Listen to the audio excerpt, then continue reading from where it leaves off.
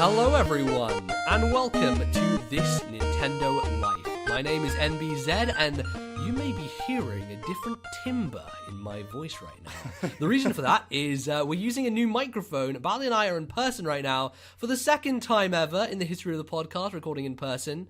The first time we didn't actually tell you about it because one, we were like half drunk, and two, Bally messed up on his audio, so it took his laptop audio instead of his microphone, so it was a mess. But Bally, you're here with me. Welcome. Yes, this is much more professional. Yep. We've got sort of studio. Well, it's not really. I mean, we have a duvet behind us. It's like soundproofing, but we put a nice little pic on our Twitter account for everyone to see us in action. Here's a plug for the Twitter. If you want to see what we look like right now recording, go to Twitter and you'll see our header profile, which is the picture of us around this table in this microphone. But yeah, I got this new microphone for my birthday.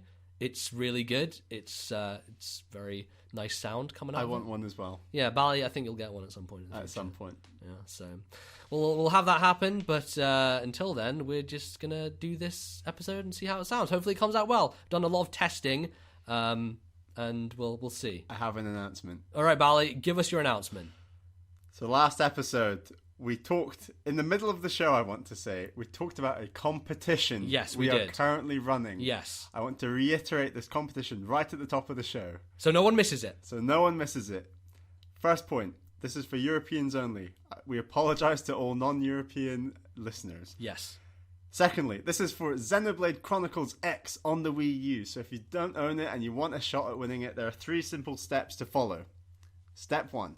Write us a review on iTunes. And we mean write a review rather than a rating, because, it's better. Step number 2, follow us on Twitter. The account is at TNL Podcast. That's at TNL Podcast. Step number 3, send us a tweet on that account telling us that you wrote a review. And then we will pick the best review and we'll get in contact and we can arrange getting that copy of Xenoblade Chronicles X to you. And we should mention, if you tweet us and your iTunes review is in a specific country or store, because the way iTunes doles it out, we have to specifically go and look for that specific region. So say you're in Sweden and you're doing a review, we can't go to the UK iTunes and see it there. So do be specific if you're from a specific region. This is for the whole of Europe. So I think that's pretty much that. Good luck, everyone. Yeah, good luck. You have until, I think it is... We said February the 1st. Yeah, we 1st are going of February. to check it out and we will have a winner by February the 1st. And the following episode, I believe it will be the 3rd of the year. Yes. We will announce the winner and get in contact and we can get that copy to you. Yeah, so please do that. Don't forget, act now or never. And we'll mention it next show as well. We should. But before we do that, and before we give away a copy, we've got to do a podcast. So Bally, tell us what we're going to be doing in this week's show. It is the first episode of the year, NBZ, and that means one thing. What does it mean? It is time for predictions. Lay it on the line. Laying it on the line. So we're going to have a little chat about predictions in the second half. But in the first half, as usual, we're going to be talking about the games that we have been playing. Yes, indeed. Christmas break happened. A lot of things to be playing. Too much to be playing. I gorged on a certain game. Bally, I know you're not as deep in, but... nothing like. But let's talk about what you've been playing. You have really dived into everyone's favourite new eShop game, Fast Racing Neo. So tell us how that's been going. I have indeed, and I've got to say... I'm done with that game. I think I've sunk about 10, 11, 12 hours into that game, and I've done most of the modes. I've done every single Grand Prix apart from one, which I don't know if I'll do or not. It's pretty tough. Yeah. I think I can do it, but I don't know if I really want to do it. You don't want to go for hero mode where your life is the boost bar and you explode on contact and die. I might give it a little go, but I've been mainly doing the Grand Prix and a little bit of time trial, beating some of the staff ghost times and all that. But yeah, Fast Racing Neo. I think this game should be renamed Bump Your Way to the Finish First Racing Neo, because this is my main flaw with the game, is that I was testing, and this is what I've done with F-Zero and Wipeout in the past, is that with racing games, it's all about finding your niche, finding what works for you best. How do you beat the computers? How do you get the fastest times? And with this game, I find that the best way to beat the computer is to just go for the cars that have the highest top speed, the lowest accelerations, the heaviest cars. Wait, lowest acceleration? Lowest Why acceleration. is that then? Because the lowest acceleration cars are normally much heavier and have higher top speeds. Okay. That's just like a F-Zero trope. Right, You know? but so that means like when you're bumping into Like other Bowser or races... someone in Mario Kart. Right, so it they've means you're not basically taking hits from other people and you're not being kind of bumped off the tracks. Exactly. That, and there are some obstacles that you can just plow through by being heavy, Right. and you just have a bit more stability. But my main issue is that you have all this stability, you have this low acceleration, but when you're at high top speed, you just seem to overtake cars very easily. But on top of that, your steering is terrible. Yeah. Like, really bad. Like, and I mean, if I said the term understeer, would you know what I mean? Like, it's hard to turn corners. So there's two terms. There's oversteer and understeer. Understeer means when you turn a corner, you're being pulled to the outside of the corner. Right. And oversteer means when you turn a corner, you're being pulled to the inside of the corner. Okay. So I feel like all the cars in this game, especially the overweight ones, they have a heavy amount of understeer. Right. So you're constantly just slamming into the side of the wall. Yeah. But the strange thing is, this game doesn't really seem to care. Okay. So you just kind of hit the wall, Yeah. you're maintaining all your speed, and then you might continue to overtake a car or something. Right. And I just feel that F-Zero, especially the Game Boy Advance versions and the Super Nintendo version, they like slaughter you for hitting the wall. Like, you are not allowed to hit the wall. That is like the one thing you're not allowed to do. So I sort of thought, right, I'll be the high acceleration, high steering, more capable of turning cars, and see if I can just sort of maneuver my way to the finish, not hitting the walls, come first. And the simple answer is that you end up much better, obviously not hitting the walls, but you're slower. You're so much slower. Yeah. You'll just come last. Like, you're just rewarded for just high top speed, hitting off the walls, and finishing high. So high basically, top. just clumsy play will Precisely. get you there in the end. Precisely. And it's only something that sinks in once you've spent a lot of time with the game. Right, yeah. But after first impressions, you're left thinking, wow, this is awesome. And like, I'd say it's similar to Wipeout, where there's a little more hitting off the walls in Wipeout. It's very different to Wipeout in the fact that there are obviously no weapons, which I do like in these fast racing games. So I just think that it doesn't feel right. It feels... And this sounds really bad because I know that these guys work really hard on this game, but I just feel like that's the sort of physics of a fast racing game that you would get with larger teams, more testing, more to work with, I guess, with F-Zero with previous games. Right. Do you think that they are perhaps being overly ambitious when it comes to the speed? Because I feel like that might be the issue that you're coming up against, is that this is like ridiculously fast. Would you say this is like a much faster game than F-Zero, and as such you can't really navigate around these corners because you simply can't react fast enough? That's one factor for sure. It's the speed. Yeah. A lot of the tracks are very narrow. Like, if this tracks had been much wider, the speed might have been less of an issue. But it's the fact that the speed is so high, the tracks are so narrow, and the steering is so bad. Right. Like, when you lean in a game like F-Zero with a standard car like, say, the Falcon, your car will just heave itself like to the direction that you're leaning. Like, this game, the lean is so subtle. Right, it's very slight. Like, I was tapping it to go around corners. That's the way that I was using it mostly. And it just doesn't work. No. And like, it just and when you do sort of say like, right, I'm going to predict the corner, I'm going to start leaning really early, and start like, and my sort of standard one is like repeatedly tapping acceleration, so you're not giving it full gas, you're giving it a bit of gas. You have to predict so early, and you're losing so much speed that the guys who are just ramming themselves around the corner are beating you. And like, that is the quicker way around the corner. And that really frustrates me as a racing fan. No. Like, that just really frustrates me. No, I get that. And I don't know if others who have played this game feel the same way, but it's just, there's a lack of punishment for hitting the walls, and it just seems a little bit clumsy. I feel like that's something that I actually like more about this game, is because I'm bad at them, it doesn't, give me as harsh punishment for doing that stuff. And it makes it so that even if I bash off the wall a couple of times, I can still make my way up the pack.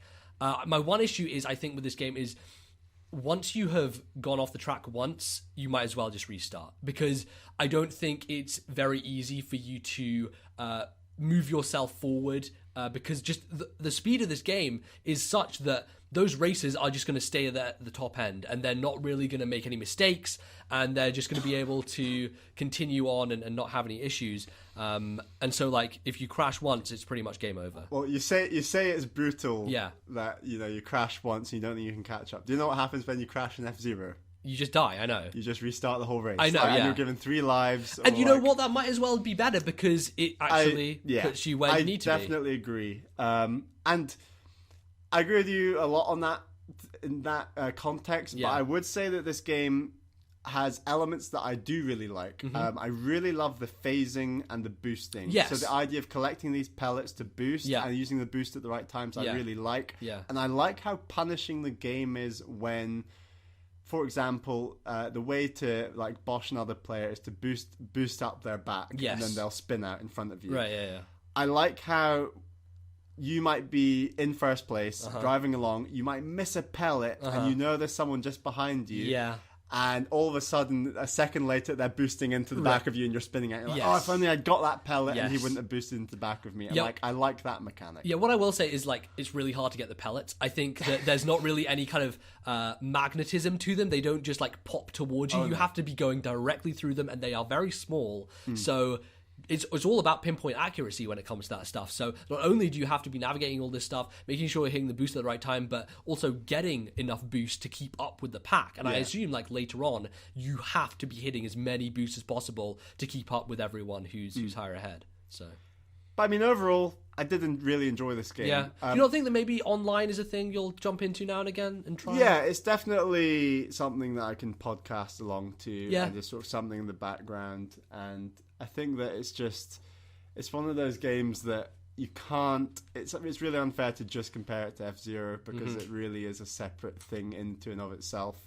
And I've been quite critical of it by comparing it to F-Zero. And I think that if you just come into it maybe a bit more blind to F-Zero, like maybe you have, and just say, right, this is a racing game, let's try out a racing game on Wii U. It looks really good, it's really fast. I think it does tick those boxes, and for the price point, it's definitely still worth it. So Nbz, what have you been playing?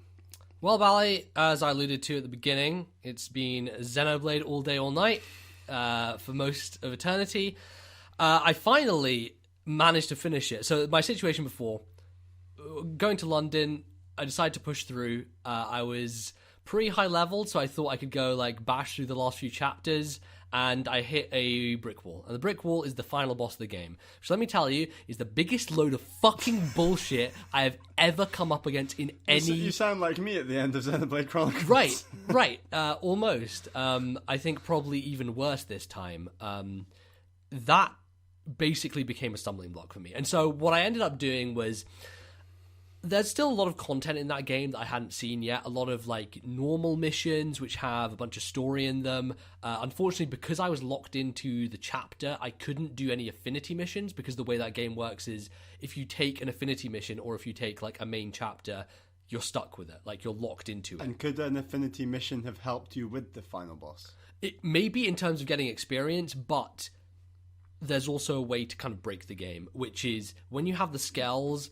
You can get experience from much higher level monsters because of your size and everything, and all the armor and weapons you can buy. I was just smashing through, like, high level monsters to get experience super quick. So I found an area where I got from level 30 to 40 in, like, an hour, and then I did the same thing from, like, 40 to 50. So it really was a very expedited process. So it's not necessary for me to go and do those affinity missions. I would get experience just by, killing things. Can I say 2 words about this final boss? Yeah.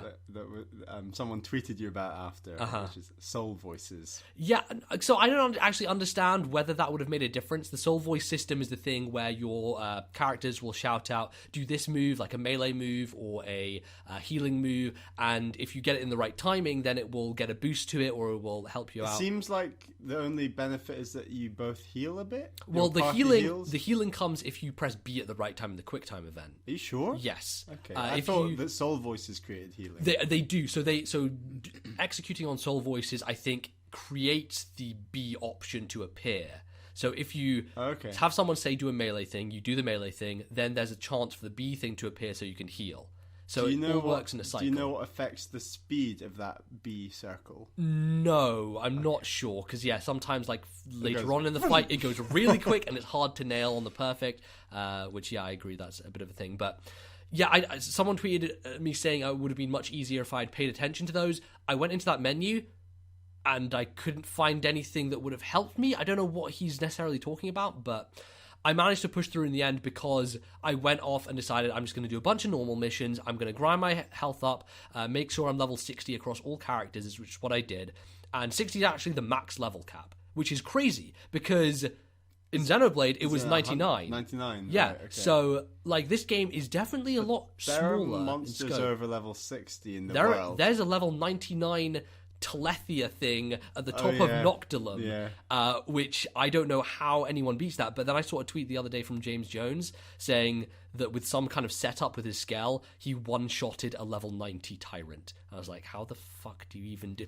James Jones is a bit crazy on these. What I'm getting at here is that Xenoblade clearly has much deeper systems that I haven't fully understood or I'm not really able to engage with. And so probably if I'd been able to do that stuff, I may have been able to get through that final boss using a bit more complex strategies and like chaining together attacks and all that stuff, but I didn't. Like that wasn't the setup I had, and to be honest, I don't think there's much to benefit from that aside from if you really want to go and do that end game like super hardcore level 90 tyrants. Like that doesn't seem to matter for just beating the final boss. Are you glad that the main game doesn't force you to understand every little bit of minute detail? Yes, 100%. Because I think that it's like Pokemon, right? It's like if you're playing through that game as a casual player, you never need to know about EVs or IVs or stab or any of these like underlying techniques. That's stuff to be discovered for the competitive game and for the stuff later on. And it's the same thing here, I think, is like as a casual player, you can go through without needing to know that stuff. But it will obviously help with the main game if you want it to. Absolutely. But it's kind of saved for the hardcore. Sure, I think that's the way that it goes in Xenoblade. But really, I spent like another 20 to 25 hours with this game before the final boss, which is way longer than you did. And were those hours as fun as previous hours? Yeah, I think they were actually a bit more fun, honestly. Like, the great thing about it is because you get the ability to fly with the Skell so late on. And that pop music. Yeah, that pop, it's a great soundtrack that comes up when you're flying in that thing. I feel like because it's so late, if you rush to finish the game, you never get to truly appreciate it, and you never get to explore with that as an asset, because now you can go out to all these areas, find the last data probes you don't have, and just find like little hidden caves and things that like really high up vertically, and that was really rewarding to do that stuff. I thought that it makes a difference just to open up the scale of the world even more, and I just had a lot of fun doing it. But I think there's lots of like little tiny details. My favorite one, I was wandering around New LA because I was listening to a podcast and I didn't want to like do anything too taxing in Xenoblade to take my attention away from it. And so I was like kind of looking for quests around New LA, just running about. I ran behind someone's house and they had some pizzas on the table. And I just looked at the pizzas closely and I was like, wait a second, there's something coming off that one pizza. I looked closer and there was a bit of steam rising from the pizza. I was like, are you serious? Like, this is this one house in New LA, the backyard of it with 3 pizzas on it.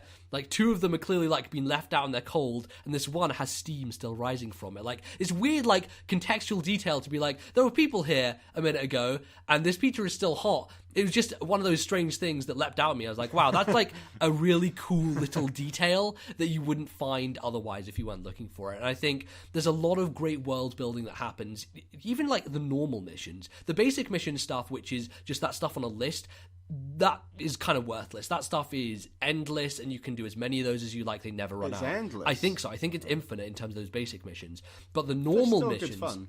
Yeah, they're still. I mean, fun is a relative term, I guess. But there's not really any story attached to them. Whereas all the normal missions have like writing and characters, and there's like little localized stories. So you get new alien races joining New LA as you go through the game. A lot of kind of more peaceful races that can communicate with humans and make it so that they have more of this, less of a divide between them.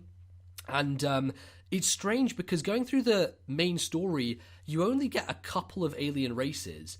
And if you don't engage with that side quest stuff, you're never going to see like 3 or 4 whole peoples who introduce themselves to the world and then have more quests linking on to them. So like you introduce this race who basically are in hazmat suits, and they have like these weird things, these weird like poles that they swing around and do stuff with, and all their quests just open up as soon as you invite them to the city. But if you hadn't done that in the first place, like, you're missing out on this whole series of stuff. So, and these are their normal quests. Yeah, they're normal you just quests. Walk up to them. And, yes. Yeah. Okay. But like all this stuff isn't voice acted. It's all written. It's all like more traditional, original Xenoblade stuff. But I think the writing is much better. I think that the characters are more interesting. There's stuff to do with like interspecies marriage. There's one point where this alien woman has run off with this human guy, and her father's like, "Oh, I don't know where she's gone. She's been kidnapped." But then you find out that they're actually like in love with each other and they want to marry, but because they're from different alien races, it's a bit weird, right?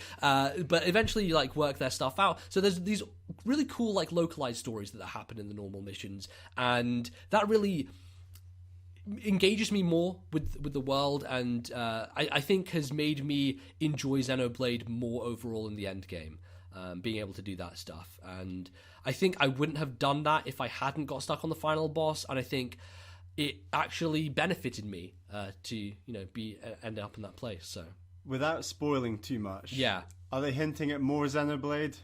So the game ends on a fuck off massive hangover. No, on a cliffhanger. Yeah, I was in a hangover after that final boss. I'll tell you, I had to drink my sorrows. They end on a huge cliffhanger, which is kind of bullshit. If I'm honest, it really feels like the world that Takahashi has created is so enormous that they can't possibly explain everything within this one game. Like, he needs something else to go forward and say, like, this is how all these other races fit in. Like, there's this one overwhelming race that is seemingly like the progenitor to humanity, who, like, it's a whole thing that could potentially spin out into a reference to the original Xenoblade. The one thing that happens is this throwaway line from Tatsu, who's the Noppon, and he says hom hom. He says hom hom in reference to like humans, and then someone's like, "What did you just say? What?" That's such a cool. And he's reference. like, "Oh, I don't know." I'm like, "What the fuck?" I'm a potato. Yeah, and I was like, really? Is there something deeper going on here that links it to the original Xenoblade? Is he the only Noppon you ever see? No, there are other Noppon. They live on. I was about to say Primordia, but that's the name of the continent, not Mira. the planet. Mira. Yeah. So there's a species of Noppon on Mira. Yeah, or it's not clear. It really seems like this. There's something about this planet. There's something weird about Mira in general, and that's explained later on as you get through it. And there's lots of weird stuff that happens where maybe slight spoilers, but not super spoilers, where they don't really explain this. But at some point, Elma, your kind of main character, who isn't the one you're playing at, says, "Are you, like," she says to Tatsu, "Are you speaking in like English right now? Are you speaking in a human language?" He's like, "No, I'm speaking Noppon." And you're like, what? How can we understand each other then? And they never go anywhere to really explain that. That seems like something It's implied that, like, because they know the Homs. I don't know. No, but no, it's not even that. It's the fact that they're speaking their own language. Like, Tatsu is speaking his own language. I speak Noppon. And yet we're understanding him. Stunted English. Right, and he's understanding us, which is super strange, and it has something to do with Mira. There's something going on with Mira. I don't know what it is.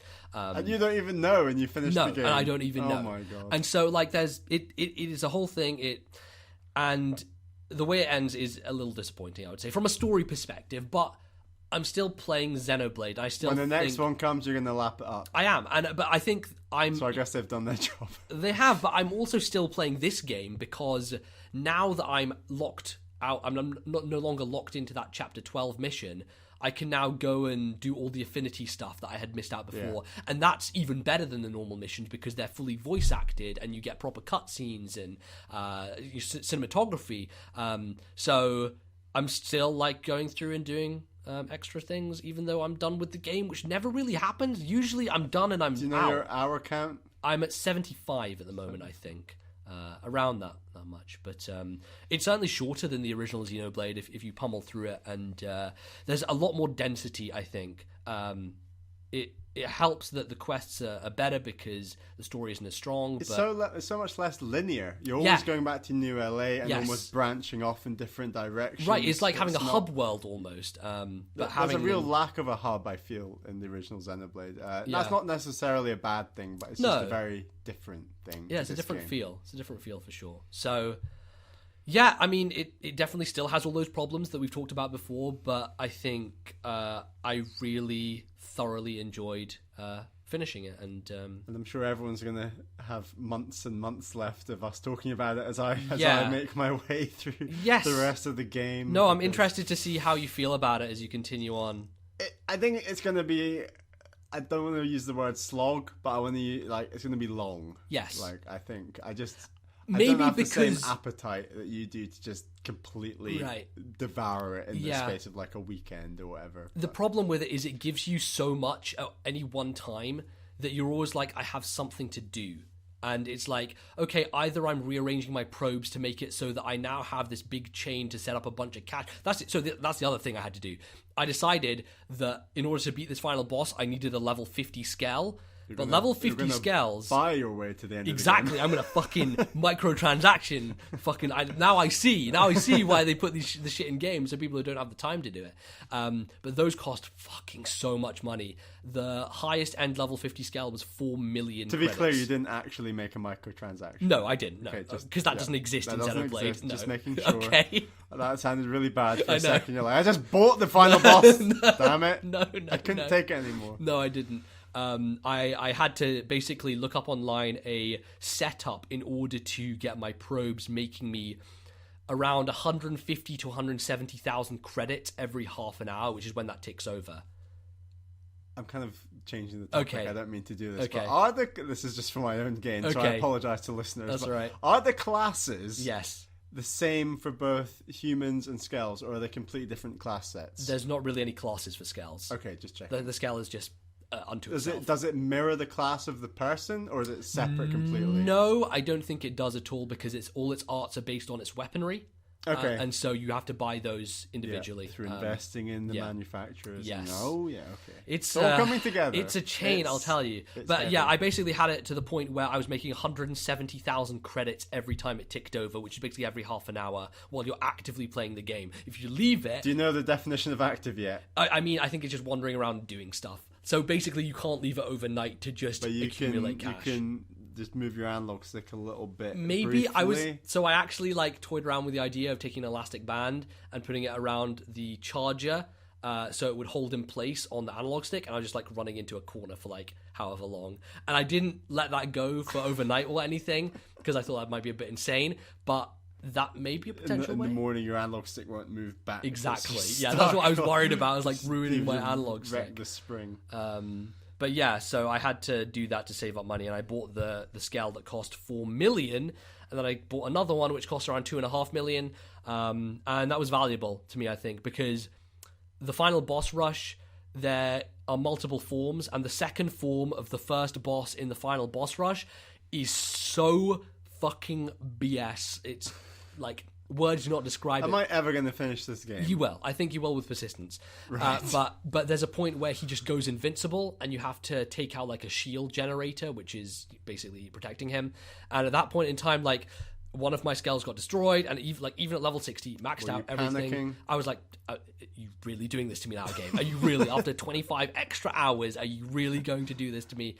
And I managed to push through, but it was really because I had that level 50 scale. I had 2 of them, and they were fine the whole way through, and no issues. So, do you think JRPGs just need to calm down a bit with final bosses? I fucking despise the practice of JRPGs that is, hey, let's get to the end and give you a difficulty spike that is just so enormous that no one wants to even go close to it. It's not fun, It's just, it takes away all the momentum that you have going through it, and it's am I ever going to finish this? I know that Johnny Metz on RFN talked ages ago about getting to the final boss of Final Fantasy 13 and then saying, I'm done. Fuck it. I don't want to do this anymore. There was no way you were going to do that with this game. I could tell. Not a chance. I have to do it. Because even though I wasn't invested in the story that much, that I still wanted to see, and there is a cool thing that happens at the end for sure. Yeah. So you do want to push through and see that, but it maybe will drive you to breaking point. Who knows?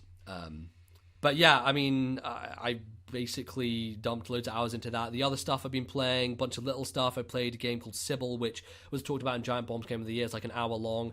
I played a bit of Her Story. I haven't got into that yet, but I basically, on the Steam sale, I decided to pick up loads of like Game of the Year contenders that I just hadn't looked at. Yeah, so like that, and Undertale I picked up, so I haven't started that yet. I want to play, one of my things going forward to 2016 is I want to play Final Fantasy VII, the original, and there's apparently a good version on Steam.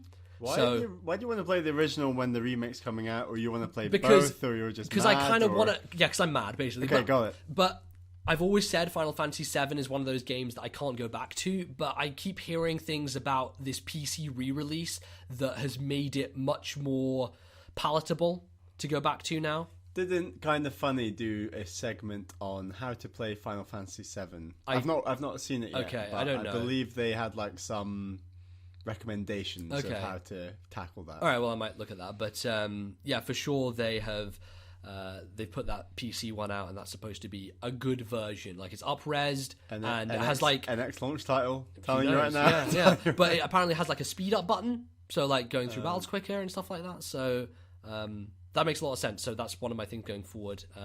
Pick that up in the Steam sale. So lots of things. But the one that I've been playing probably the most is a mobile/PC game called Downwell. Which I saw Drew Scanlon play on Unprofessional Fridays earlier in the year in 2015, and it's really cool. I've put maybe an hour and a half into it. It's one of those very much quick roguelike style, endless runner almost, but not really, because you're a guy who's falling down a well, and you basically have guns on your feet. So it's one button, which is jump, and then hold it down to shoot below you. And it's really addictive. It's very kind of a mobile experience. It's a quick thing that you can pick up and play, but I think it works infinitely better on PC because I have a USB controller with my 360 that I can attach and use the D-pad to move left and right. I think maybe on the phone you have to tilt to move. That probably is the thing. That sounds terrible. Right, and I tweeted, like, I'm so glad I'm playing this on PC and not on a phone. But it's fun. It's just a little roguelike. You kind of, you unlock new stuff with cash that you collect, so it's a little bit of Rogue Legacy in there. And apparently it does have an end in terms of levels, but you have to do the whole thing in one run. As soon as you die, you're back to the very beginning, so...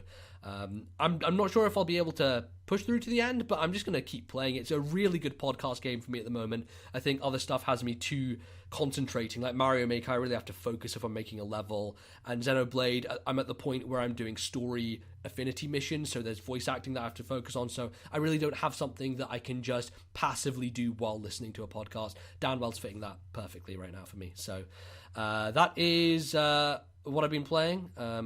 Lots of stuff coming up in the future. I got SteamWorld Heist on the go, but I'll talk about that next time, I think.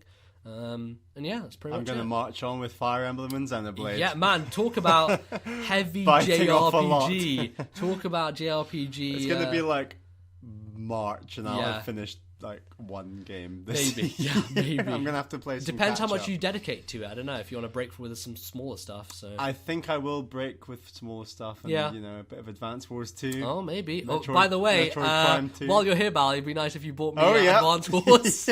Lost the bet. Oh boy, we'll get to that. But on the brighter side, Nbz's going to be playing Advance Wars. Yes, I will. So look forward to that. Anyway, that will close out our first segment here, but you don't want to go anywhere at all, because we're going to be right back after this little break with our 2016 preview. Yeah.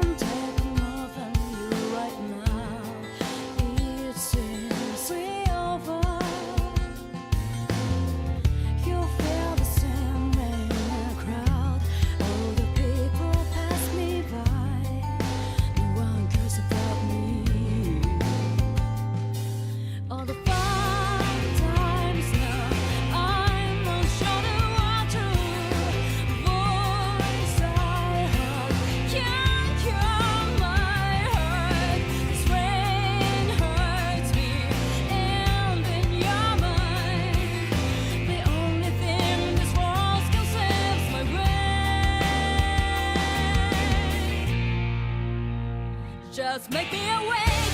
Oh, please tell me why must we waste this whole time? Don't look away, where is your heart? Oh, please, I've always heard you. Believe what she said today.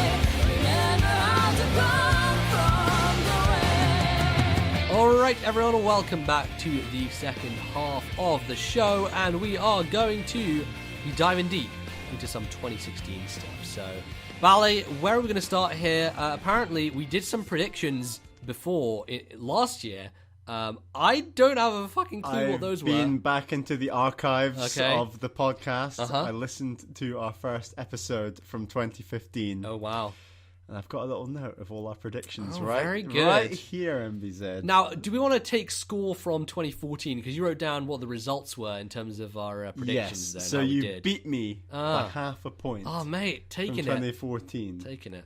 So I got 0.5 out of 3, Okay. and you got a mighty 1 out of 3. A very good score, I'd say. So let's see if we can beat those this time All round. right, all right. But let's first of all get our scores for 2015. Okay, what are our scores? Well, we're going to find out. we'll find out. We're going to score them. So do you right. want to do all 3 of yours first? All 3 of mine I want to first? go with yours first. One each. Yeah, no, I want to go with yours. Mine Let's go through your first, predictions right. and see what we got right. So my first prediction for 2015 was that Nintendo was going to set up the account system in some way that improved the integration even further. And I Okay. thought that they might do this through the new 3DS. Okay. So I was really confident that the new 3DS might have some sort of virtual console software Okay. that wouldn't divide fans too much because they're not new games. They're Right. just new ways to access old Okay, games. yes. And I was pretty wrong. I'd say Yeah. I could fight for half a point by saying that they have said that lots more integration is coming, but I Right, wouldn't but- say that it was necessarily here. No, they didn't really do it in 2015. I think that's a promise for the future. I think you could have won if they hadn't delayed Miitomo to 2016, because that is the mobile game which they are intending to start the integration with. But they did delay it, and so that unfortunately didn't happen. But I mean, my prediction came after the Miiverse integration, which you could Right. argue is probably the biggest one Yeah. that they did at the same time as Yes. linking the accounts, I believe. Yes, yeah.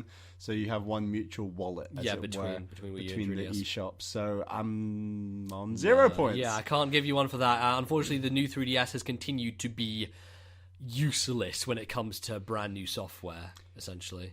So I might fight for half a point or maybe a full point on this one. All right. And that was that I thought there'd be a lot more games that were a halfway house in terms of price. Okay. And I mean top tier Nintendo games. So Yeah. I was talking Captain Toad had already come out. Yes. And that was supposedly halfway house, even It though was, I I paid mean- over the top for it. Right, I mean, in the US, Captain Toad was a $40 proposition as opposed to a $60. As opposed to 60. Yeah. So other games I suggested would be Kirby Rainbow Curse, Yes. Mario Maker, Yeah, that didn't and happen, did it? Yoshi's Woolly World. Right. I believe Mario Maker is still cheaper than 3D World, It is. Mario Kart, Smash Brothers. I own the digital version of Mario Maker, and the only reason I did that is because it was the same price as it was on Amazon. It was $34.99 on the eShop as opposed to 3D World, which is 50 quid, $49.99. So What other games came out at sort of a halfway house?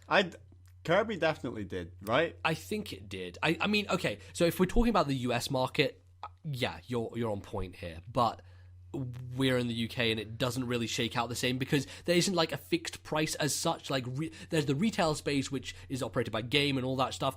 That is like ridiculously overpriced, and then the digital stuff is around there. But online retailers with Amazon and Shop2 and all these places, they're always undercutting, no matter what. Like, Shall we say half point or full point?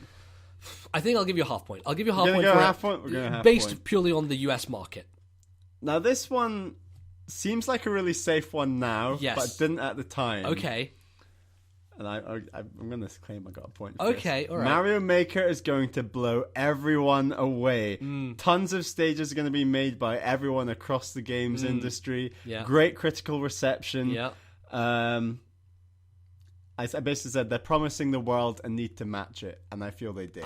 Yeah, you know what? And It that's kinda really did. funny because I probably back then would have said that's a bullshit prediction because we were so like met on the thing. It was our game of the year. Yeah, it was it Giant was. Bomb's game of the year. Right. It was loads of people's game of the year. It had such an influence, I think, on streamers and YouTube and that whole community. Like we just watched some awesome Armageddon games. trilogy. Right, and awesome games done quick. There's some great my Mario God. Maker stuff happening there. If you have not seen those stages being played by professionals, it is beautiful. It's really cool. I'm giving you the full point there. You get 1.5, I think. So I got a mighty 1.5 out of 3. Yeah, that's better than my last year outing, I think.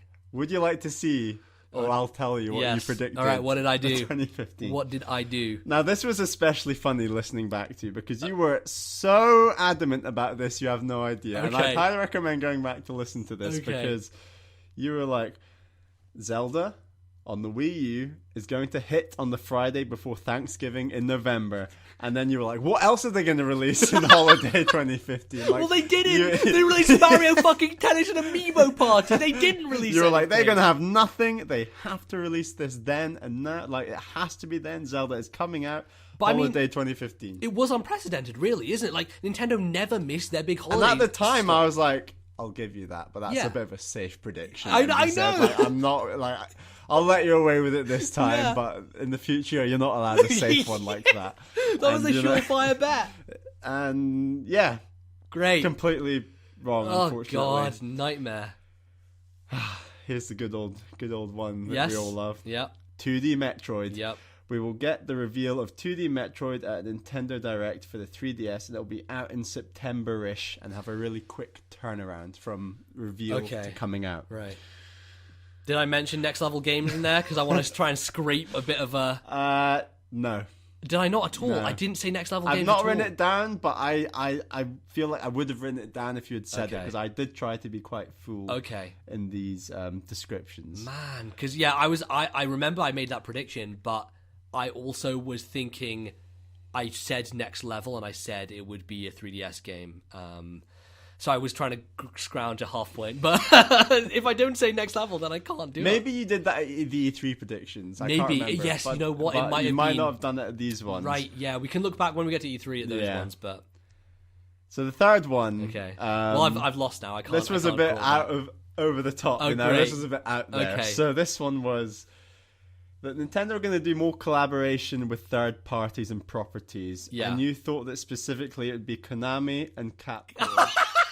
and, and that it would be Castlevania and Mega Oh Man. my Like God. Nintendo investing in those, maybe a bit of crossover potentially with Mario. Yeah, you suggested Mario Mega Man crossover. Jesus. Maybe they'd make Metroidvania literally. Yeah. I love that idea. yeah. And then you used Puzzles and Dragons as an example Okay. of like some collaboration they Right. had done. Yes. So I was thinking this is a bit out there, but Yeah. I thought maybe they do some collaboration in some way. I mean, you know, Did they do any? Can we Nintendo- think of any? I don't know, but they through Smash Brothers, I think, is where Yes, a lot of those definitely. partnerships are being forged. I think that's maybe for the future, but I certainly think that there'll be more Japanese publishers collaborating closer with Nintendo. I mean, you have the whole Tecmo Koei thing with the Warriors, Hyrule Warriors and stuff. So Good point. Good point. that was why I was kind of basing it around that. But then, like, no one could have predicted the fucking year of Konami, could they? So that was a hell of a thing, yeah. boy. Hey, Konami Crazy Racers came out on the eShop. You're right. There It we did. go. It did. But I'm not going to give that. So I've done grandly with a total of 0 points here, Bally. That's Unfortunately. yeah. Unfortunately. And looking back, that is a real shame that your predictions got a 0 because yeah, at least one of those I thought was pretty sure to happen. Certainly. But yeah, so oh well. 1.5 for me, 0 this time. So I think we're at 1-1 now. We're Yeah, at 1-1. looks like it. You took 2014. Yeah, No, still 2015. So we're just going to have to see for 2016. we'll have to see. How we're going to do this? One each or all three? So our predictions, yeah. So Yes. we'll now move into our predictions for 2016. 2016. Bally, seeing as you were the winner, I will allow you to take the stage. A bit like golf. Yeah, exactly. Whoever won last. Exactly. time. I'll Right. let you go first. So I've got 3 ones and then 1 crazy one. Okay, Did you do 2 real ones and 1 crazy I one? have 3. I don't have a crazy one, but I can Okay, just I maybe can we come can up think on the about fly. that. Come up on the fly. So Yes. my first prediction. I'll roll 2 into 1 because one of these is relatively safe. Okay. NX is coming this year. We will be playing something that obviously it won't be called NX, but it will be what that is. Yes. I've worded that horrendously, but everyone knows what I Yes, mean. yes. We will be playing NX by the end of the year in some form. Form or another. We will be playing NX by the end of the year in some form or another, and that's either handheld Yeah. or home console. On top of that, the press conference is going to be back. This is going to be full out blown live press conference. Yes, there's room for error. I completely appreciate that, but console launches are all about the hype train. Yeah. This has to be the hype train. Okay. And that's one part of a prediction. I disagree with you. I don't think that they have to bring back the press conference. I think that looking at the press conferences of Microsoft and Sony, yes, they build a certain amount of hype, but also, like, just take a look at Nintendo Smash Brothers Direct. Take a look at that cloud reveal. Did they need a stage to pull that off?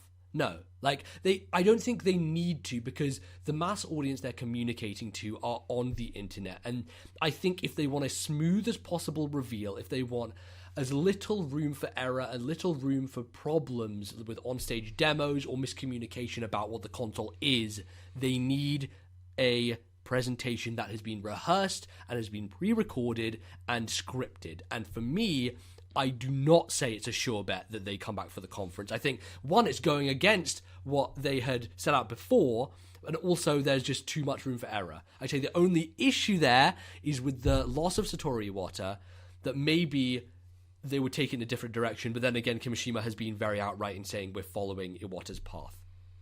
So I would agree with a lot of what you said about, no room. There's no room for error. Yeah. It's a much safer. Where I would disagree with you is that the majority of the games media that have the biggest oomph, that Yes. reach the widest audiences, Yes. will be in that room. yes, they will. And the crucial thing to get them hyped up about it is a press conference. So I'm going to make another political analogy. Right, here. okay, sure. I'm going to make a political analogy. So everyone always criticizes, Congress Yeah. or the House of Commons in the UK. They say they're just talk shops where all the political stuff happens and there's very little link to the wider public. Right. I completely agree that's a problem. But at the same time, those realms of politics are incredibly important for rallying troops. Okay. Like getting hype and having a good, Prime Minister's Question Time in the Yes. UK is a good way of hyping the political party that are in the House of Commons. So it's Okay. a good way of hyping the central area, Right. I would say. Okay. I do think that when you talk about the media, a lot of them misunderstand the way that Nintendo approaches E3, because there's lots of headlines like, oh, Nintendo not at E3 again, and that's complete bullshit, because they are at E3, they're just doing a different form. And I think partially that's ignorance from the media's side, because Nintendo aren't relevant anymore and therefore they don't pay attention to them, but also because they seemingly have bowed out, as it were, of this competition between Sony and Microsoft. It puts them in a different sphere, and therefore they're less in the conversation. So I certainly think if Nintendo were to think about it in terms of media perspective, yes, but then you say, when have Nintendo ever really given much of a fuck about the media, is my other point. So we've talked about the press conference part of that prediction, Yeah. and maybe the first part overlaps with one of your predictions, but so we might wait for that. But are you broadly in agreement with this year, some form of NX? So let's go now to my prediction. So NX will be fully unveiled at E3. I think we will have some sort of Nintendo Direct prior to E3 that will talk about the concept of NX. Not necessarily show the box, not Or the necessarily controller. or the controller, Or the games. or anything. We'll talk more amorphously about NX. So what did they put on the screen in that Direct? I don't know, Bally. Magic. Question mark. Reggie standing there saying, NX is a thing. It's gonna happen. I don't know the specifics of that, but I think there will be a direct that addresses it in some weird way. I think the full unveiling will come at E3. They need to bring their big guns there. And I think that they will unveil, it is coming this holiday season, 2016, November 18th, at a price point for the handheld component at $179.99 What? That is- US dollars. That is so cheap. And the console to arrive in spring of 2017 at a price point of $279.99. So if you want both things together, that's going to cost close to 400. Yeah. Close to 400. Yeah, which is like around 389 which is or something. around the high-end PS4 price. Right. So, Hmm. so that's how I feel it's going to go. I was wondering about, because I'm looking at 3DS and I think like that launched at $250. That was horrendous. They had to cut it. The price they cut it to in the US was $180. So I think that's And that price of putting the two together is much cheaper than buying a Wii U and a yes, 3DS it is. at launch. Right. But the problem with that is like, what is the technology they're using here? I think that in order to be competitive, they need to be at a competitive price point. To get third parties? Right, yeah, but then I worry about like, if they're going at this price point, can they compete on a power level?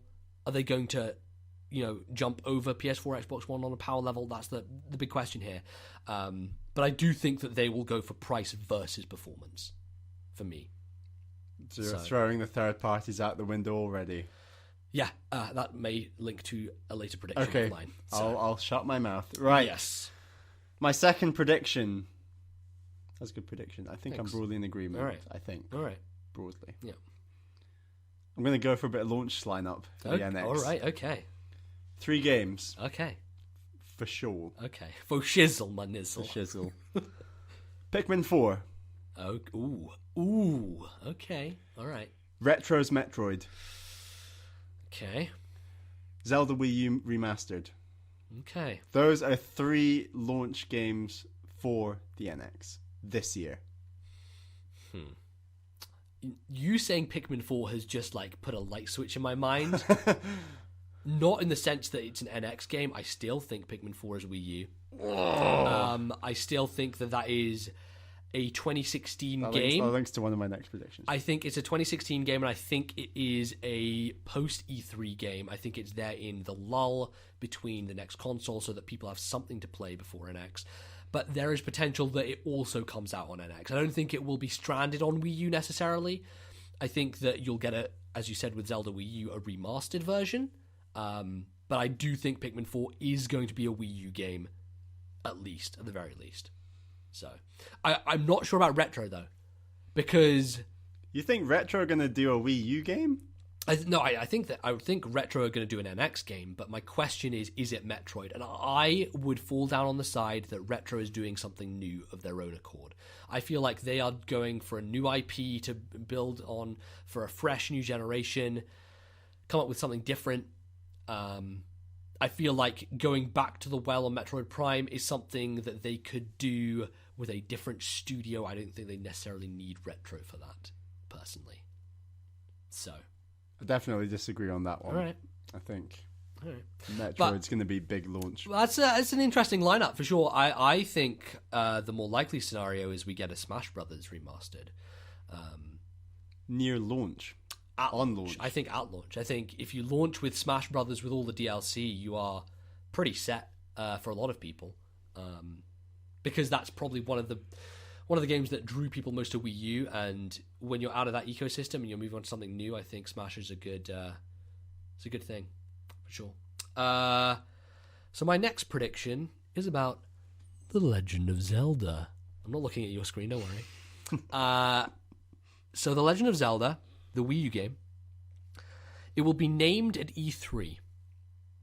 The name will include some variation on the word horse, for example, stallion, or pony. There will be the horse will be referenced in the name of the Legend of Zelda game. in some shape or form. The Legend of Zelda, My Little Pony. The amazing crossover, of course. I also believe that owners and purchasers of the Wii U version of The Legend of Zelda will be able to get the NX version at a discounted price. Because there might be a gap. Because we're definitely going to get both versions. Because that, I think we're both confident in that. But I think that my prediction earlier involving the console half coming 2017 means that Zelda is holiday this year for Wii U, but next year will be in the spring for the console, for the NX console. And it'll launch with the NX It home will launch console. with the NX home console, and if you own the Wii U game, you get a severely discounted price on that purchase. Digital, of course. How do you feel about that? I'm not setting the November 18th slot because that's burned me once. I've gone with that for the handheld portion of NX. So, yeah, I think I agree with it. I think we're sort of starting to get into agreement on. There's going to be like a group of games, and we've already hinted at Zelda, Smash Brothers. I'd maybe even argue something like Splatoon. Yeah. Maybe even Mario Kart 8. That it's sort of like a little remastered group of games that might be a little cheaper or something on the NX. Totally. Might be a bit easier to turn around and get out there. Might look a bit crisper. Have a lot of hopefully added DLC. If they do redo those games, I'd hope that they had for Splatoon new maps, maybe new characters. For Smash Brothers, definitely new characters.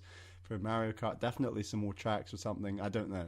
Or maybe all the DLC tracks included. I mean, that's my prediction, is standard. that they're all going to be Game of the Year or like Ultimate Edition like version, definitive edition. Super Mario Maker is another one. That would but of course, Mario Maker is dependent upon the nature of NX.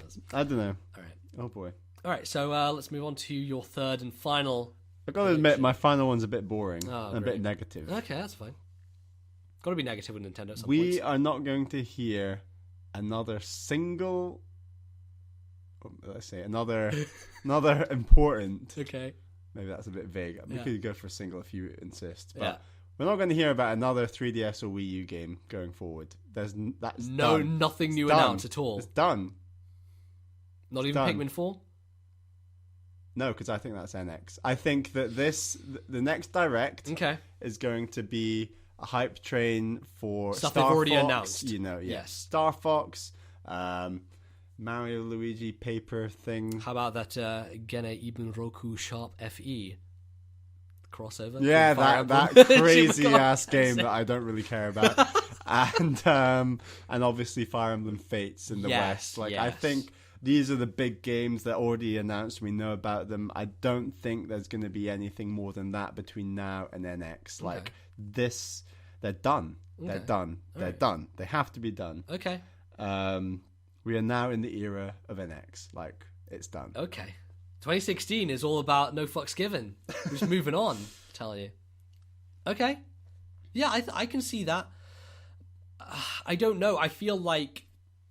You think there'll be something? I feel like Pokemon. 3DS may continue to live for a little longer, if only because there are Japanese games that still haven't come out here, such as the new Phoenix Wright game, which I feel like that stuff is already announced, but it's going to be coming localized next year, probably. Yeah, I'm not going to include them in that category. But you mean new games announced this year by Nintendo? First party. A bit like Triforce Heroes was. It was out of nowhere, quick turnaround, boom, there you go, game. And it was I don't think there's going to be any more of that. For either console. Yeah, it does seem like. I mean, I would have argued against this last year, but the way Nintendo have kind of positioned themselves in 2015, it really looks like they are saying goodbye to their current consoles, and they are just wanting to move on to NX as soon as possible. Which, it's crazy if it's coming out the same year as everything is announced about it, but, gotta make some losses every once in a while. So, my final prediction is about third parties. Nintendo will have 0 third-party support in their NX announcement. If they have any, my if they have any third-party support, Talking about a negative announcement. Sorry. When I say third-party support, I'm talking about Western third-party support. I think Japanese is a different matter, which is also part of the prediction. But I think that if anything, they will get token support from EA, Activision, etc., and they will be versions of last year's games if, of course, NX is on power equivalence with PS4 and Xbox One. And then I think they'll say, well, fuck you, Nintendo, we're out again. Right. But that's not all. Okay. Because also Nintendo will be buffed by Japanese third parties. And I think Nintendo has a way of stealing a lot of Sony's thunder, specifically in Japan. I think that Final Fantasy VII Remake... Is that enough? We'll see. But I think Final Fantasy VII Remake, Dragon Quest XI, Final Fantasy 15 even, will be NX games. And I think the reason Square will do this is because there is this handheld component to the NX. They have a much wider market to sell their products in Japan as opposed to the dying console market in which Wii U has still sold more than PS4 in that nation. And I think that as a result, we will get a lot more Japanese support, and I think that that will help bolster their lineup going forward. I'm going to turn Colin Moriarty here right now, right All here. All right. This is going to be negative. Yeah. If your third prediction comes true, Nintendo are dead. Like, they are dead. No. And this is the reason why. So I completely agree with Colin Moriarty on this point. Mm-hmm. The number of people like me who are just insane about Nintendo Yes. and buy solely Nintendo consoles for, like, 99% of the reason I buy 3DS Wii U Yeah. for Nintendo games. The number of people like me is shrinking. Yes, it is. It is. So the extra carrots you have to have on, and carrots and whistles and bells and whistles on, you know, on a console need to be greater than Japanese games. They have to be, you know, when Batman comes out, Assassin's Creed comes out, it has to be on the Nintendo system as well as the other systems, because that's how NES did well, that's how SNES did well. The Wii was unique and did well for its own reasons. NX has to do something like that. It can't just have Japanese support, especially considering we know that Final Fantasy VII is coming to PS4 first. Right. But... Hit me. Okay, let me smack you round the face, Let's motherfucker. go. Let's We're in take this person shit. here, we can do this. So you're telling me that if Nintendo get third-party support from Western third parties, the middle of a console lifecycle, they are magically going to do better. Not automatically, but they'll have something more to offer. I'll tell you why this is bullshit. Because there are 36 million people who have bought PlayStation 4s. They have a console that plays Batman, that plays Uncharted, that plays Tomb Raider, that plays all these third-party games, Battlefront.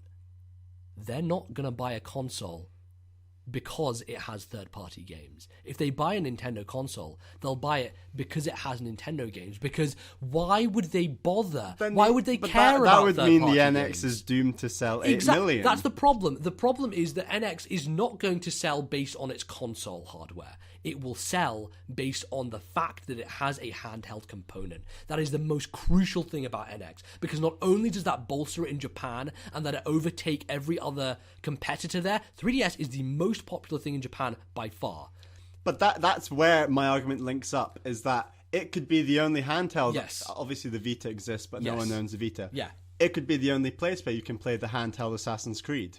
Yes, exactly. The Wii U kind of was that in right. many ways when I Right. was playing half of Assassin's Creed 4 on the gamepad. Like, that's the unique selling point, and that's why it does need the third parties. That We're is- sort of in agreement in a funny way. Yeah, in a weird way, but I think that really their success is going to be leveraged on having the handheld portion, because literally in the West they have no competition anymore. Sony are clearly done with handhelds. They're not doing another one. Vita is dead. 3DS is the only option if you want a dedicated handheld gaming device.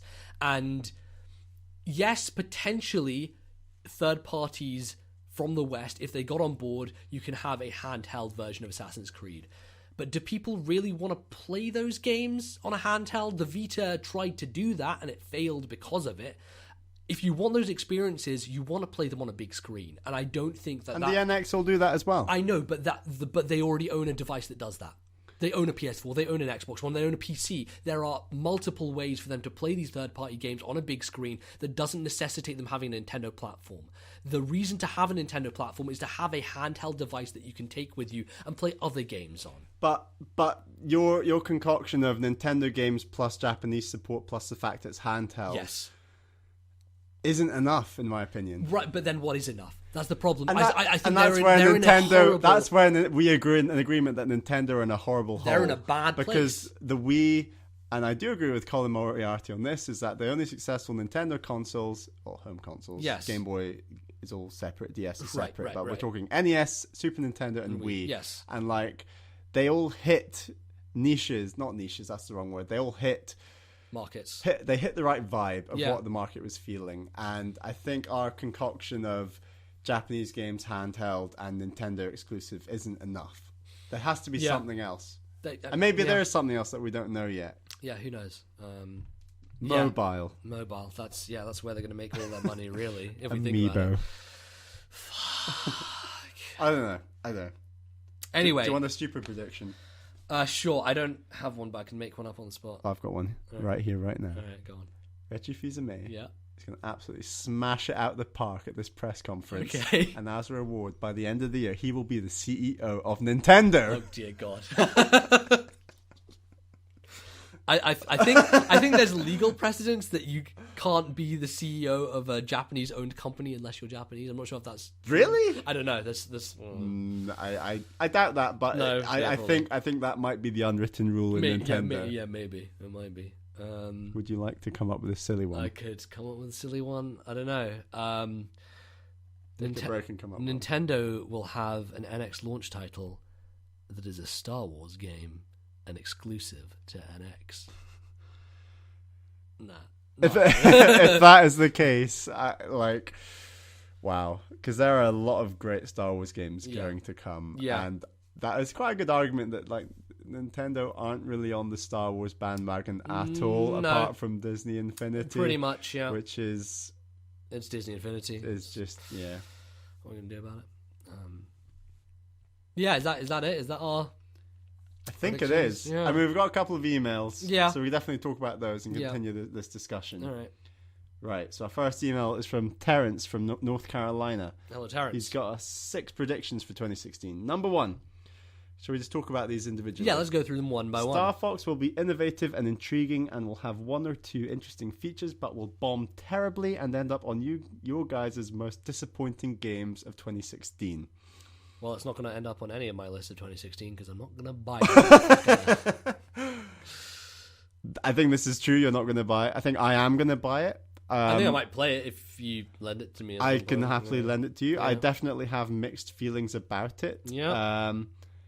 Star Fox 64 didn't make it onto my top games of... Did I play it last year? I think I It was played last that year. Did I play it last? No, I think I played it in 2014. Yes, yeah, and it didn't make my top games then. No. I still liked it. I think that from what I've seen, this game has to do something unexpected and impress in some way that I don't know about yet. I think the So real it's problem. unlikely. I think the real problem with Star Fox is they're just leaning heavily into the gamepad stuff, and as a result, a lot of the other aspects of the game are suffering. I think on a visual end, it is less than mediocre. I think that it doesn't seem very inspired from a design perspective in terms of the levels and stuff. It seems like it's recreating a lot of Star Fox 64 nostalgia and just kind of crutching on that almost. So yeah, Wants I to can. get in on the Star Wars wave. Yeah, maybe. I don't know. Who knows? So yeah, I broadly agree with that. I think Star Fox will be disappointing. Me too. Next prediction. Nintendo will not learn from its mistakes and will release its information on the NX leading with a new controller design. There have already been some potential leaks due to Nintendo's patent that will implement touchscreen and outrage Nintendo purists. Are we Nintendo purists? I guess. I But mean, we love touchscreens. we're doing a Nintendo podcast. So the patent he's talking about, I'm not sure if you've seen it. It looks weird. Yeah, it does. It's basically a display. I think it's a Samsung piece of technology that they're using. It's Freeform. Actually, no, it's not Samsung. It's I can't remember the name of the company. Sharp. It's a Sharp freeform display, which means I think that it's a screen that can kind of adapt its shape or something. And the whole controller is supposedly a screen, but it has buttons that are embedded inside it. So the way that would work seems weird. I'm unsure about whether it would be a good thing or not, but there's certainly one thing that we have to wait and see. Because what people have said is that a lot of companies put patents out there in order to throw people off, in order to say, like, this is maybe what we're doing. We're not actually doing, but this might be what we're doing. So I know what you think about that. I'd agree. I think that we're quite guilty of reading into patents too much. Yeah. I think that... I hope that is one of the areas Nintendo learned the most from Wii U. Yeah. That they don't just go barreling in saying, this is a new controller. And I think that distinction will be easier because we already know that the name is not going to be tied to the Wii. Right. In any way whatsoever, which is a good thing. Yes. So I think this is where they're going to learn from their mistakes. I obviously think... I think they're going to talk about it in some sort of direct. You're not going to see it, but I think that's why a press conference might also work quite well, is that it's literally Reggie holding it. You can see two parts. It's not confusing, whatever they show you. I don't know what they're going to show you, but it's not going to be confusing. That's what I know for sure, because they've made that mistake, and I can't see them making it again. A side tangent. I'm interested... Do you think that there will be a name change? Do you think NX as a code name is going to be dropped? Because the one time this has happened is with DS, where it was a code name, but it was kept because people liked it and it fitted perfectly. I think I think NX has just been in consciousness for a much longer time than even Revolution and Dolphin. Like, because of the situation they're in, they had to announce it so early. It sounds good, but I don't know, like... If they announce something else and it sounds horrible, is that going to put them on more of a downward spiral, you know? I mean, Greg Miller sort of made this argument. He always goes, NX! X going to give it to you. And his whole idea is that it is going to be Nintendo Cross. So it's crossing home and handheld. Yeah. That makes sense. I'd be fine with the name NX. Oh, totally. I'd love it. I just pray that whatever a non-NX name is actually good. Yes. I think we... became good. Yes. Wii U was never good. No. And like I think that as long as it's a name that comes good, I'm not going to judge it first day. Sure. I did that with Wii and I was wrong. It was a great name. Yeah. But the name is very important. It is huge. It's your brand. Big. So. But if you can imagine someone's like, have you heard of the Nintendo NX? It's like, what's the NX? Like, oh, it's this and this. And like you want that conversation to happen later this year. Absolutely. And name is big on that. Yeah, totally. All right, are we going for the next prediction from Terrence? Prediction number 3 from Terrence. I really hate this one, by the way. Okay. The NX will not be released until holiday 2017. You're high, Terrence, you're high! Leading to 2 more years of the Wii U. No, 100% no. There is no fucking way this happens. The way that they have been behaving around Wii U and 3DS, and the weak amount of software that was in holiday of even 2015, and the stuff that they literally have nothing on their plate going forward, the fact that Reggie has said that they're talking about NX this year, they need to do something to make shareholders happy. I maybe would have entertained this argument at the start of last year, but now, no fucking way it's 2017 holiday. They can't afford to. I don't think they can. You did mention you think the home console part will be 2017 spring. Yeah. I think there could be an argument made that the whole thing might be 2017 spring. It could be, yes, that's potential. And, all the eggs in the basket for Zelda end of this year. Yeah, yeah. But I'm gonna stick to our guns, don't we? It's got to be 2016 this year. I fundamentally believe in my third prediction as well, which was that there aren't going to be any new game announcements for anything other than NX. Yeah. I really can't see this happening. It's really dire straits if it did happen. That would be... I can't say anything good about this. I'm really just... You'd be able to get through your backlog, I'd say. Yeah, great. Yeah, can't wait to play. But, yeah, don't know what to say about this. Okay. Shall well, we move on? Let's move on. Let's move on. on. Number 4. Zelda will be very good, but it will underwhelm for a game with nearly 1 year delay and not fulfill fans as an open world experience like Nintendo has strongly suggested. Plus, it will be released holiday 2016, essentially 1 more year of waiting. Okay. I think we're in agreement on the second bit. Yeah, it's going to Let's be... have a discussion. Okay. What is Zelda going to be? Is it going to impress? Has the pressure just completely increased on it for a number of reasons? Witcher 3. I think Witcher has really increased the pressure on it. I think NVC were talking about how Witcher really felt like a Zelda game in a year where there wasn't one.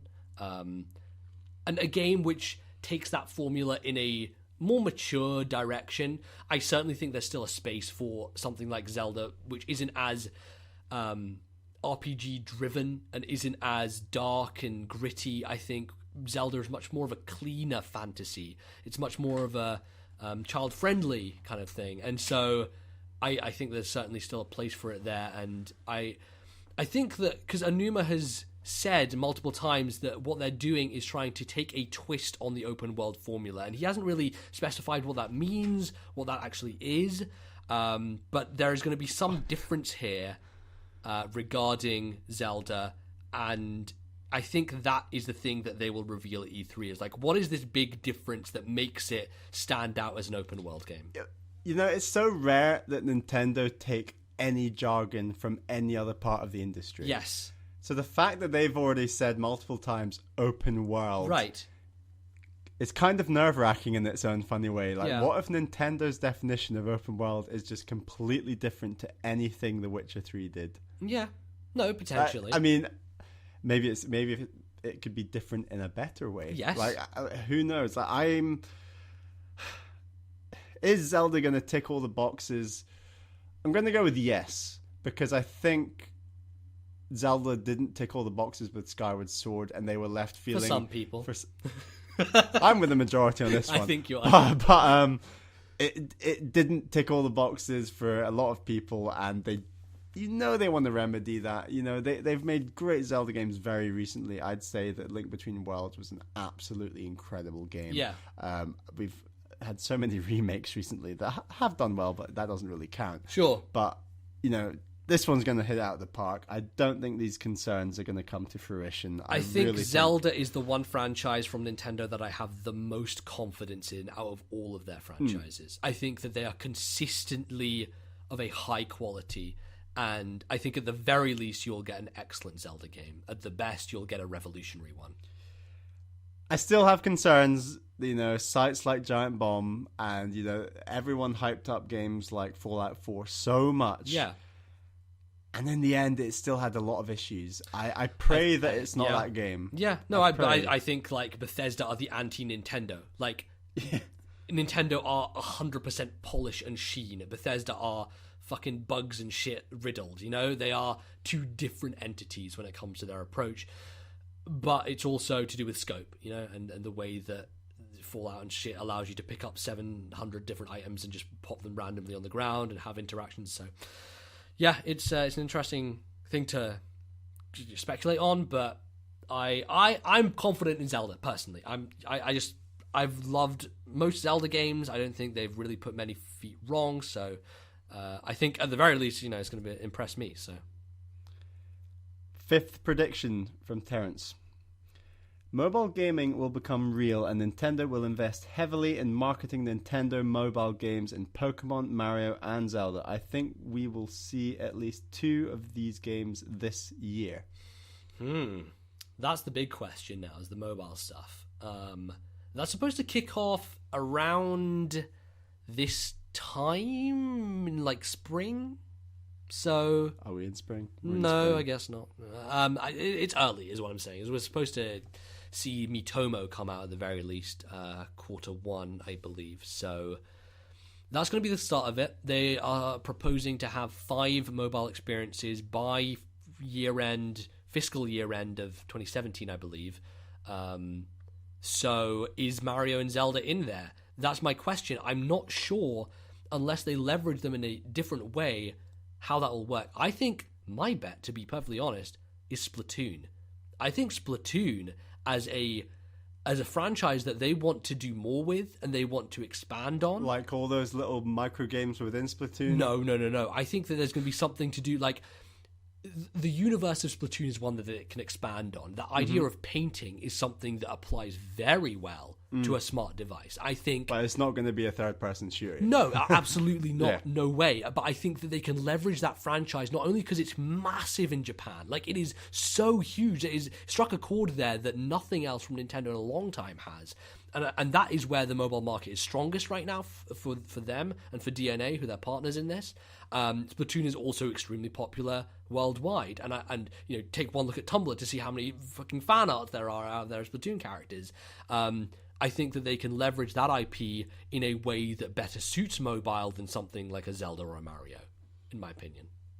So, yeah, I think Splatoon's a really good shout. Yeah. I think the second they start introducing existing properties into, I mean, obviously the Mii thing is a property, but yeah, I mean, as Nintendo purists, you might say we're not that concerned about the way they use Mii's, because it's always been a bit all over the shop. Totally. Yeah, it's going to be really interesting. I can see Splatoon, Mario, Zelda, all of them being introduced at some point. Okay. They still really need to hit it out the park in order for me to be interested. I mean, presumably they're going to initially be free to buy, but then what's free the to phrase? start. Free to start. That's Yes. the great Nintendo phrase. Yeah, I love. it is, yeah. Free to start. Yeah, so I hope they are free to start, and I will give them a go. But me investing anything substantial in these games, I highly doubt it still. Yep. Finally, with some good news, we will hear about the next racing game for Nintendo. Sorry, Bally, no F-Zero, but Mario Kart 9 will be teased for 2017 at E3. It's been how long since 8? It came out 2014. It did. Mario Kart's usually on a 3-year cycle, I like to say. When did Mario Kart Wii come out?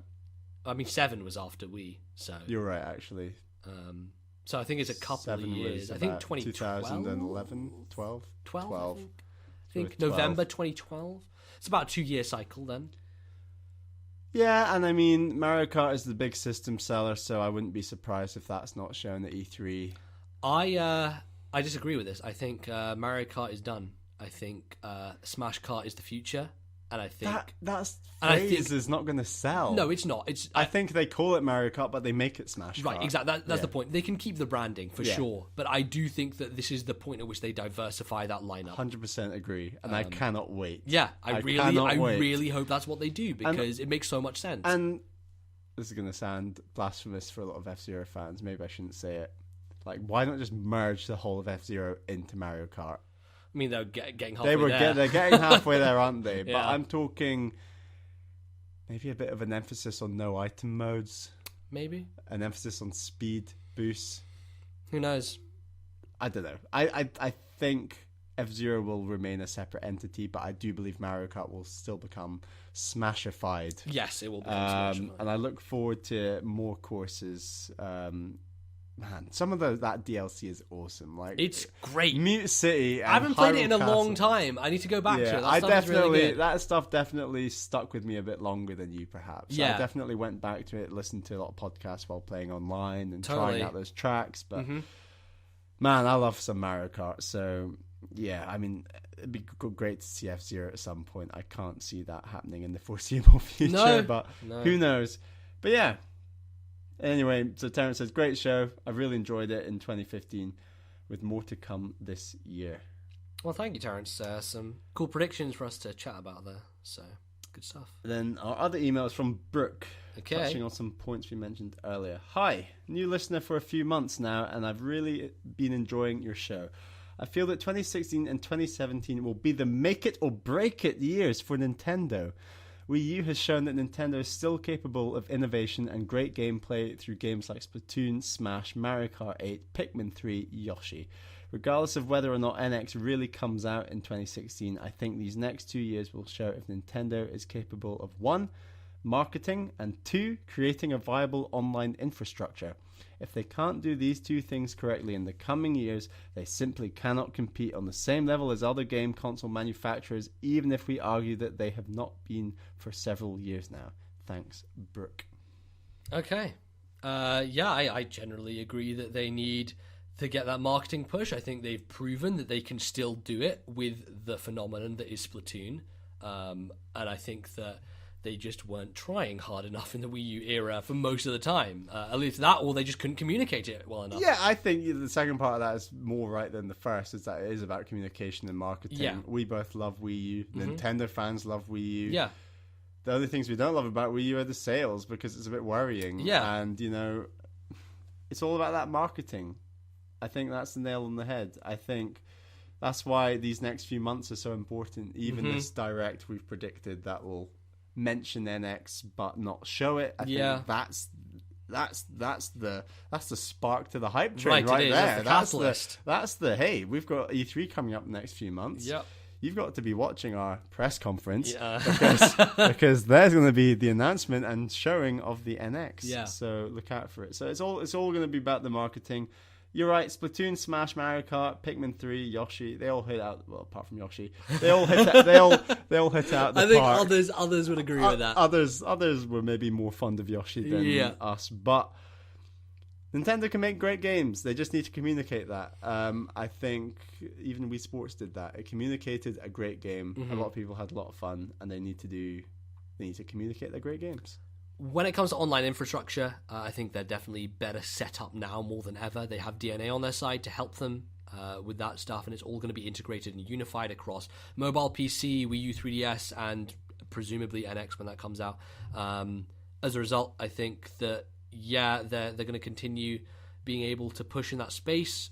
They've done pretty well this generation, I think. Like, Splatoon's great online, Mario Kart's fantastic, Smash is worked, it's better than Brawl ever was. So certainly I think a lot of people are still stuck in the past because they don't pay attention to Nintendo, and some people think, oh, Nintendo's online is terrible.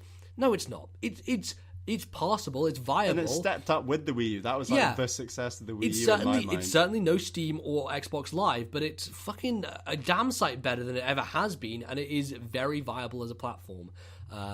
So any improvements going forward, certainly appreciated, I say. I think a big part of this, and we've hinted at it, is get the media on side. Yes. Like, don't let them rip into the name. No. Don't let them rip into it being overly focused on Nintendo. Make sure there are some third parties.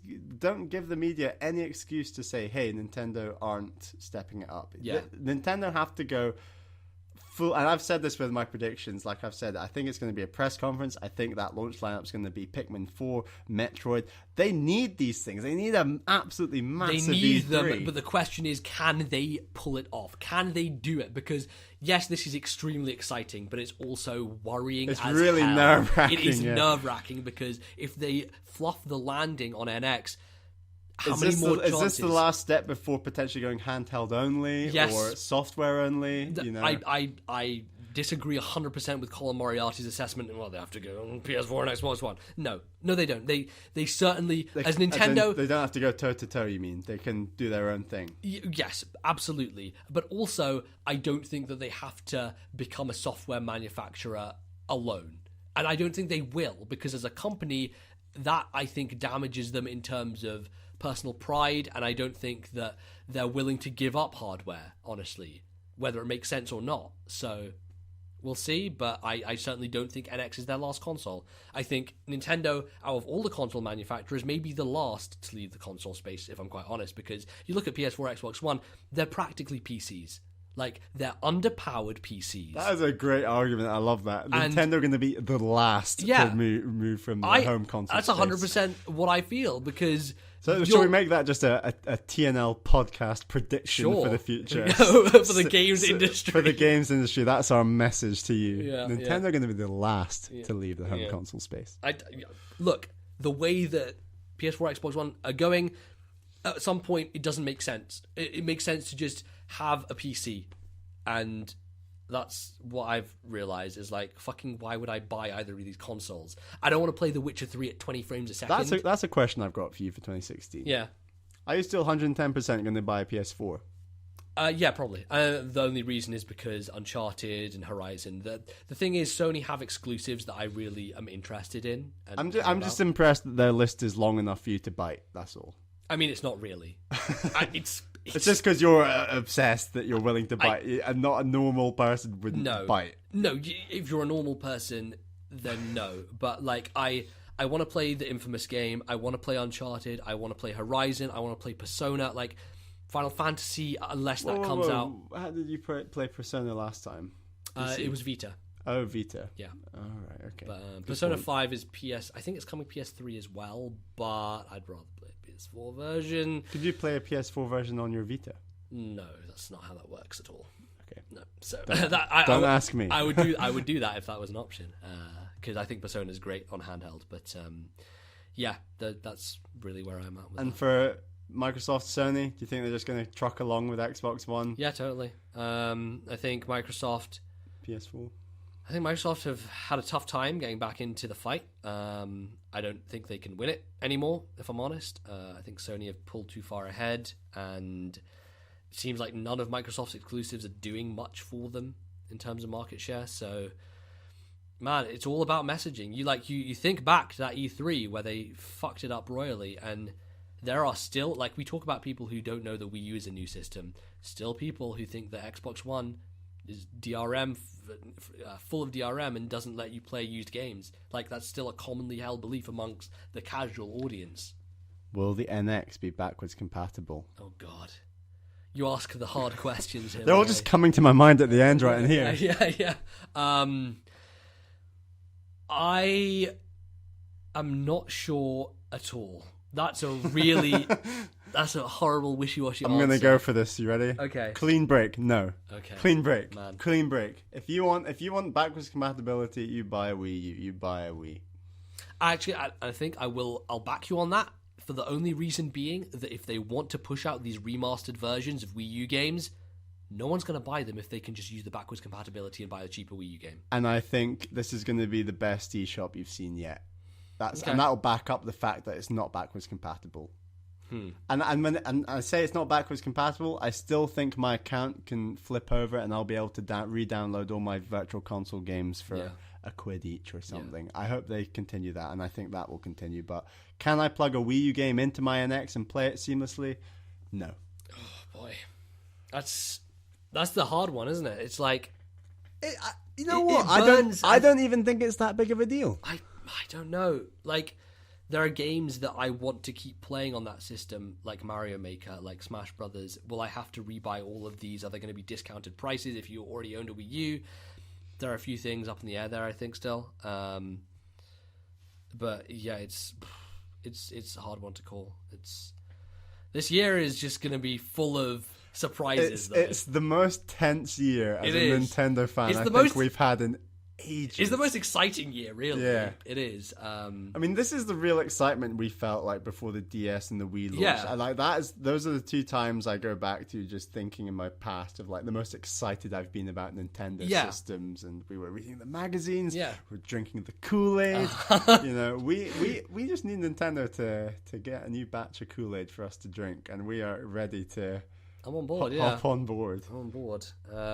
My last thing, I think, what about indies? How do you think they're going to deal with indies on the new platform? Because I think that's been a good success for the Wii U. Yeah. You know, and I think I just hope that they reach out more to more. And I think we've not mentioned it yet, but like that was a big shame. I thought no Shovel Knight, like that.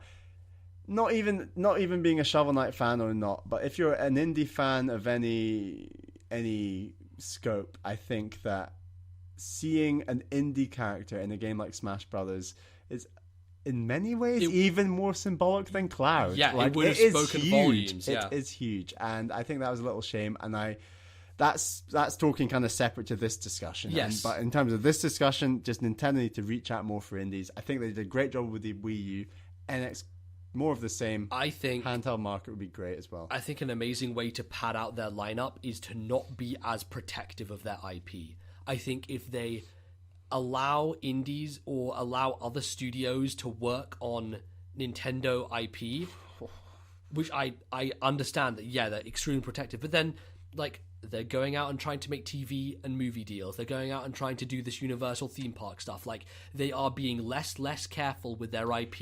And I think they have to be risky now because they can't afford it anymore. They can't afford to just make internally created Mario 3D platformers, But you know? theme parks, films, they're not Nintendo's realm. Video games are. And I that's feel true. like if there was a realm where Nintendo would be most protective of IP, it would be within video games. So. Very true. And they have been burned in the past. But, you know, that stuff was a long time ago. You know, the CDI And games. we say them being careful with IP. We're going to get Mario and Sonic at the Olympic Games. Yeah, that's true. It's going to be a pile of crap. Yes, It's going to sell pretty well. Yeah. So, like, in terms of quality versus IP, I think they think of it in terms of sales a lot more, perhaps. I don't know. Yeah. I mean, like... Maybe they protect Zelda a bit, but I don't know. Like a 2D Mario game made by Yacht Club is going to be of a higher quality than anything that Mario and Sonic at the Olympic Games gives to us, but... that's the problem, is like, how trusting are they with these studios? And they should be, quite honestly, because they have created some of the most fun and tight and just excellent experiences of the past few years. I really think if they are saying like, okay, Donkey Kong can now be an eShop game, and hey, I don't know, way forward, make a Donkey Kong game, you know, like, go out there and try and forge partnerships which are stronger with indie developers to get exclusive games using your own IP on your platform. So you're a big fan of like retro doing Metroid, Donkey Kong, more stuff like that? Or you're talking specifically No. about indies? I'm talking about indies more so, specifically. yeah. Have they done that yet? No. Okay. I don't think so.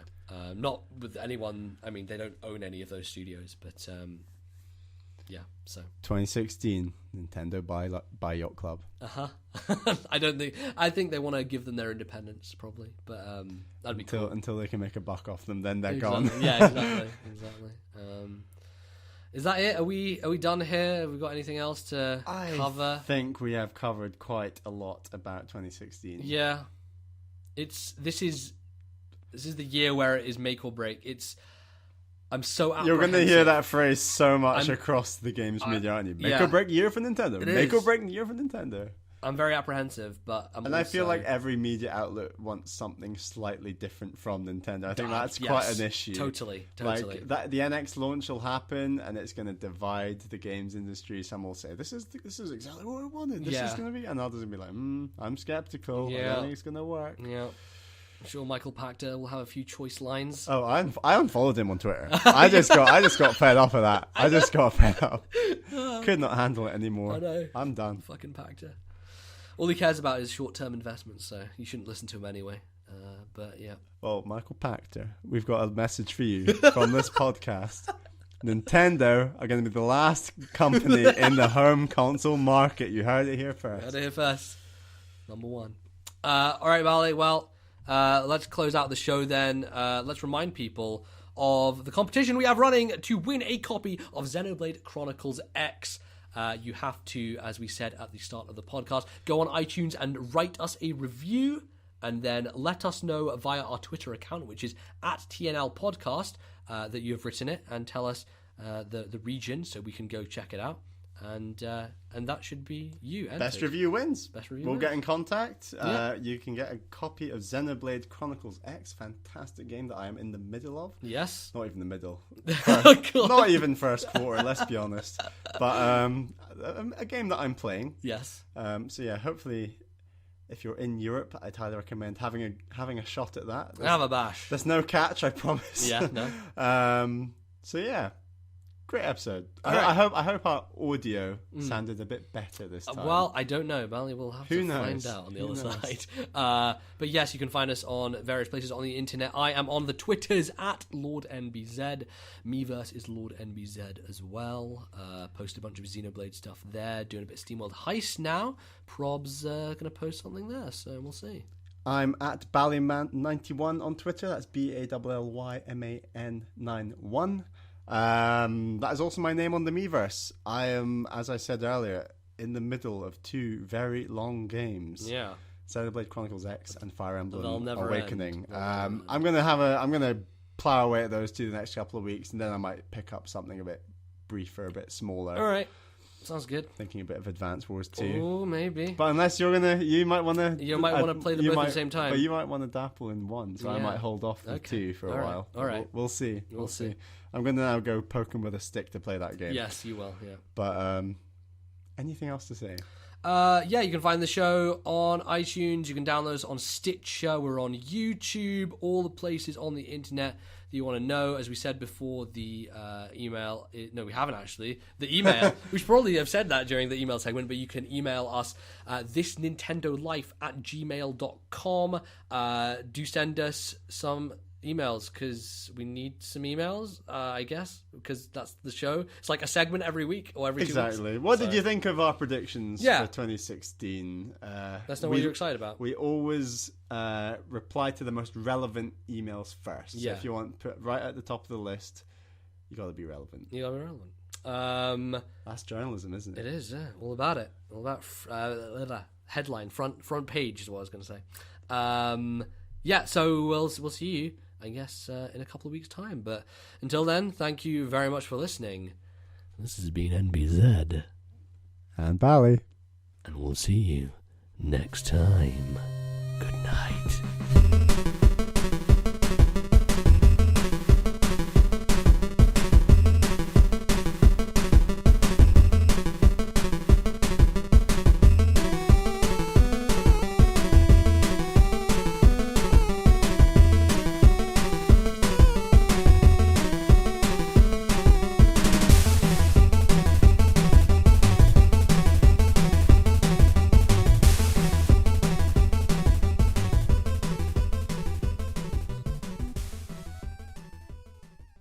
The musical interlude used in today's show was Your Voice from Xenoblade Chronicles X, copyright Nintendo 2015.